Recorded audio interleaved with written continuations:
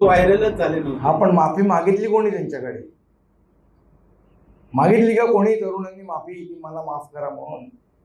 मला असं वाटतं, आणि त्यांनी स्वतःच्या कार्यकर्त्यांना पण, आज सन्माननीय राजसाहेब तेच बोलले, त्यांनी स्वतःच्या कार्यकर्त्यांना, ह्यांचे कार्यकर्ते कोणाची पोस्ट खाली येणार आणि आई बहिणीवर शिवाय देणार ते चालतं, पण त्यांना आई बहीण नाही का? तुम्हालाच आहे फक्त. स्वतःच्या लोकांना पण शिकवा, ह्यांचे लोक काय काय धंदे करतात. आणि राम मंदिर मध्ये चोरी करणाऱ्या लोकांना काय माफ केलंय का माफ करणार नाहीये हे पण एकदा मोदी साहेबांनी क्लिअर करावं.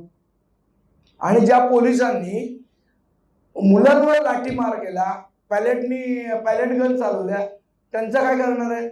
त्यांना माफ करणार का नाही करणार? पहिली तर गोष्ट, त्यांनी पहिले लोकांची माफी मागितली पाहिजे ऍज अ पंतप्रधान, की तुम्ही लहान मुलांच्या अंगावर पोलीस सोडले आणि लाठ्या झाडल्या त्याच्या ना.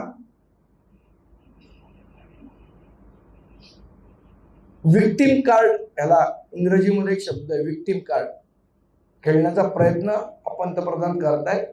आता एवढ्या वेळा खेळलेत विक्टिम कार्ड, आणि एवढं तुम्हाला हे तर 90 वर्षाच्या बाईला लाईनीत का उभं केलेलं तुम्ही? आपण घरी जाताना आपल्या आईच्या पाया पडतो तेव्हा काय कॅमेरा घेऊन जातो? असं आहे बघा, ज्या पद्धतीची या देशामध्ये एक हुकुमशाही व्यवस्था उभा करण्याचा प्रयत्न करत होते, की आमच्या खिशात निवडणूक आयोग पण आहे, आमच्या खिशात न्यायालय पण आहे. मला असं वाटतं, बरं तुम्ही त्यांच्या विरोधात बोललं की घरी ईडी येणार, घरी सीबीआय येणार, या सगळ्या गोष्टी होत होत्या.